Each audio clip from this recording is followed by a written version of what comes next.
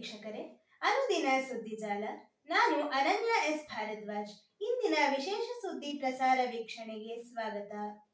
ವ್ಯಾಪಾರ ಒಪ್ಪಂದವು ಬೆಳವಣಿಗೆಗೆ ಒಂದು ಉಡಾವಣಾ ವೇದಿಕೆ. ಯುಕೆ ಪ್ರಧಾನಿ ಭಾರತ ಮತ್ತು ಯುಕೆ ನಡುವಿನ ಮುಕ್ತ ವ್ಯಾಪಾರ ಒಪ್ಪಂದ ಎಫ್ಟಿಎ ಒಪ್ಪಂದವನ್ನು ಮಾನವೀಯವಾಗಿ ಸಾಧ್ಯವಾದಷ್ಟು ಬೇಗ ಜಾರಿಗೆ ತರಬೇಕೆಂದು ಬ್ರಿಟಿಷ್ ಪ್ರಧಾನಿ ಕೀರ್ ಸ್ಟಾರ್ಮರ್ ತಿಳಿಸಿದರು. ಮುಂಬೈನಲ್ಲಿ ಬುಧವಾರ ಮಾಧ್ಯಮ ಪ್ರತಿನಿಧಿಗಳೊಂದಿಗೆ ಮಾತನಾಡಿದ ಸ್ಟಾರ್ಮರ್, ಈ ಒಪ್ಪಂದವನ್ನು ಎರಡೂ ದೇಶಗಳಿಗೆ ಒಂದು ಪ್ರಮುಖ ಅವಕಾಶ ಎಂದು ಬಣ್ಣಿಸಿದರು. ಇದು ದೊಡ್ಡ ಅವಕಾಶಗಳನ್ನು ಒದಗಿಸುತ್ತದೆ ಎಂದು ಹೇಳಿದರು. ಒಪ್ಪಂದವನ್ನು ಸಾಧ್ಯವಾದಷ್ಟು ಬೇಗ ಕಾರ್ಯಗತಗೊಳಿಸುವುದನ್ನು ಖಚಿತಪಡಿಸಿಕೊಳ್ಳಲು ತಮ್ಮ ತಂಡಕ್ಕೆ ಸೂಚನೆ ನೀಡಿದ್ದೇನೆ ಎಂದು ಪ್ರಧಾನಿ ಉಲ್ಲೇಖಿಸಿದರು. ಈ ಒಪ್ಪಂದವು ಬ್ರೆಕ್ಸಿಟ್ ನಂತರದ ಬ್ರಿಟನ್ನ ಅತಿದೊಡ್ಡ ವ್ಯಾಪಾರ ಸಾಧನೆಯನ್ನು ಪ್ರತಿನಿಧಿಸುತ್ತದೆ ಎಂದು ಹೇಳಿದರು. ಬ್ರಿಟಿಷ್ ಪ್ರಧಾನಿ ಕೀರ್ ಸ್ಟಾರ್ಮರ್ ಭಾರತ-ಯುಕೆ ಮುಕ್ತ ವ್ಯಾಪಾರ ಒಪ್ಪಂದದ ತ್ವರಿತ ಅನುಷ್ಠಾನಕ್ಕೆ ಒತ್ತಾಯಿಸುತ್ತಿದ್ದಾರೆ. ಇದನ್ನು ಬ್ರೆಕ್ಸಿಟ್ ನಂತರದ ಮಹತ್ವದ ಸಾಧನೆ ಎಂದು ಕರೆದಿದ್ದಾರೆ. ಅವರು ಎರಡೂ ರಾಷ್ಟ್ರಗಳಿಗೆ ಇರುವ ಅಪಾರ ಅವಕಾಶಗಳನ್ನು ಎತ್ತಿ ತೋರಿಸಿದರು. ಈ ಒಪ್ಪಂದವು ಭವಿಷ್ಯದ ಆರ್ಥಿಕ ಸಹಕಾರಕ್ಕಾಗಿ ಉಡಾವಣಾ ವೇದಿಕೆ ಎಂದು ಒತ್ತಿ ಹೇಳಿದರು. ದೊಡ್ಡ ನಿಯೋಗದೊಂದಿಗೆ ಸ್ಟಾರ್ಮರ್ ಅವರ ಭೇಟಿಯು ಈ ಹೆಗ್ಗುರುತು ಒಪ್ಪಂದದ ಪ್ರಯೋಜನಗಳನ್ನು ಗರಿಷ್ಠಗೊಳಿಸುವ ಗುರಿಯನ್ನು ಹೊಂದಿದೆ. FTA is really important for us. It's the biggest deal that we've struck since we left the EU. And I think it's the biggest deal that India has ever struck, so hugely important. This, if we're going to do it in any meaningful way. You ready? I don't know what this is going to look like.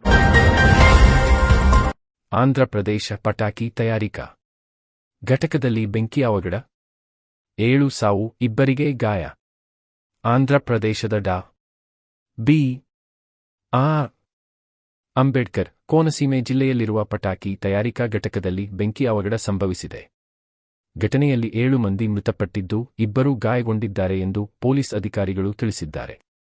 ಪಟಾಕಿ ತಯಾರಿಕಾ ಘಟಕದಲ್ಲಿನ ಕಳಪೆ ನಿರ್ವಹಣೆಯಿಂದ ಬೆಂಕಿ ಅವಘಡ ಸಂಭವಿಸಿರಬಹುದು ಎಂದು ಪೊಲೀಸರು ಶಂಕಿಸಿದ್ದಾರೆ. ಪಟಾಕಿ ತಯಾರಿಕಾ ಘಟಕವು ಪರವಾನಗಿ ಹೊಂದಿದೆ.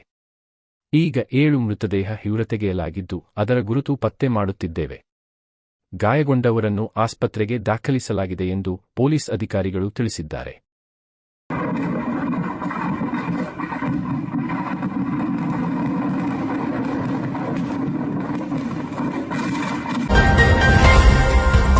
ಸಚಿವ ಸಂಪುಟ ಪುನರ್ ರಚನೆಯ ಗುಮ್ಮ. ಸಚಿವ ಸಂಪುಟ ಪುನರ್ ರಚನೆ ಕುರಿತು ಮುಖ್ಯಮಂತ್ರಿ ಸಿದ್ದರಾಮಯ್ಯ ಅವರು ಸುಳಿವು ನೀಡಿದ ಬೆನ್ನಲ್ಲೇ ರಾಜ್ಯ ಕಾಂಗ್ರೆಸ್ನಲ್ಲಿ ರಾಜಕೀಯ ಚಟುವಟಿಕೆ ಗರಿಗೆದರಿಕೊಂಡಿದೆ. ನವೆಂಬರ್ ಅಂತ್ಯದೊಳಗೆ ಸಂಪುಟ ಪುನರ್ ರಚನೆಯಾಗಲಿದೆ ಎಂಬ ಮಾತು ಆ ಪಕ್ಷದ ವಲಯದಲ್ಲಿ ಗುಮ್ಮ ದಟ್ಟವಾಗುತ್ತಿದೆ. ಈ ನಡುವೆ ಸಿದ್ದರಾಮಯ್ಯ ಅವರು ತಮ್ಮ ಗೃಹ ಕಚೇರಿಯಲ್ಲಿ ಸಂಪುಟ ಸಹೋದ್ಯೋಗಿಗಳಿಗೆ ಇದೇ 13ರಂದು ರಾತ್ರಿಯ ಔತಣಕೂಟ ಆಯೋಜಿಸಿದ್ದಾರೆ. ಔತಣಕೂಟದ ಕುರಿತು ಮುಖ್ಯಮಂತ್ರಿ ಸಚಿವಾಲಯದಿಂದ ಎಲ್ಲ ಸಚಿವರಿಗೆ ಸಂದೇಶ ರವಾನಿಸಲಾಗಿದೆ ಎಂದು ಗೊತ್ತಾಗಿದೆ. ಸರ್ಕಾರಕ್ಕೆ 2.5 ವರ್ಷ ಪೂರ್ಣಗೊಳ್ಳುತ್ತಿದ್ದಂತೆ ಸಂಪುಟ ಪುನರ್ರಚನೆ ಮಾಡುವಂತೆ ಹೈಕಮಾಂಡ್ ಸೂಚಿಸಿದೆ. ಸಚಿವರ ಪೈಕಿ 10 ರಿಂದ 15 ಮಂದಿಯನ್ನು ಕೈಬಿಟ್ಟು ಹೊಸಬರಿಗೆ ಅವಕಾಶ ನೀಡಲು ಕಾಂಗ್ರೆಸ್ ಹೈಕಮಾಂಡ್ ಮಟ್ಟದಲ್ಲಿ ಚರ್ಚೆ ನಡೆದಿದೆ. ಬಿಗ್ ಬಾಸ್ ಮನೆ ಬೀಗ ತೆರೆಯಲು ಡಿಸಿಎಂ ಸೂಚನೆ.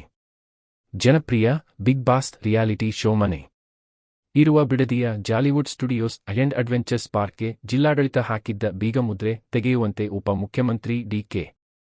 ಶಿವಕುಮಾರ್ ಬುಧವಾರ ರಾತ್ರಿ ಜಿಲ್ಲಾಧಿಕಾರಿಗೆ ಸೂಚನೆ ನೀಡಿದ್ದಾರೆ.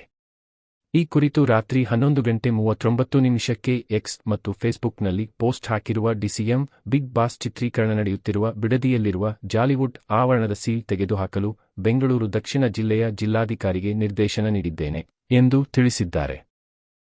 ಆಯ್ತು, ನನ್ನ ಬಗ್ಗೆ ಮಾತಾಡಲಿಲ್ಲ ಅಂದ್ರೆ ಅವ್ರಿಗೆ ನೆಮ್ಮದಿನೇ ಬರಲ್ಲ ರೀ, ಅವ್ರಿಗೆ ಶಕ್ತಿನೇ ಬರಲ್ಲ. ಪಾಪ ನನ್ನ ಸುದ್ದಿ ಮಾತಾಡಲಿಲ್ಲ ಅಂತಂದರೆ ಅವ್ರಿಗೆ ನಿದ್ರೆನೂ ಬರಲ್ಲ, ಶಕ್ತಿನೂ ಬರಲ್ಲ, ಯಾವುದಕ್ಕೂ ಶಕ್ತಿ ಬರಲ್ಲ. ಅರ್ಥ ಆಯ್ತಾ? ನಾವು ನಮ್ಮ ಡ್ಯೂಟಿನ ನಮ್ಮ ಸರ್ಕಾರದವ್ರು ಮಾಡಿದ್ರೆ ನನಗೆ ಗೊತ್ತಿಲ್ಲ. ನಾನೇ ಫೋನ್ ಮಾಡಿ DC-ಗೆ SP-ಗೆ ಹೇಳಿದ್ದೀನಿ, we should not look at a law. ಏನಾದ್ರು ತಪ್ಪಾಗಿತ್ತು ಅಂದರೆ ಲೆಕ್ಕ ರೆಕ್ಟಿಫೈಡ್, ಇವತ್ತು ಅವ್ರಿಗೆ ಆಪರ್ಚುನಿಟಿ ಕೊಡಬೇಕು ಅಂತ ನಾನು ಹೇಳಿದ್ದೀನಿ.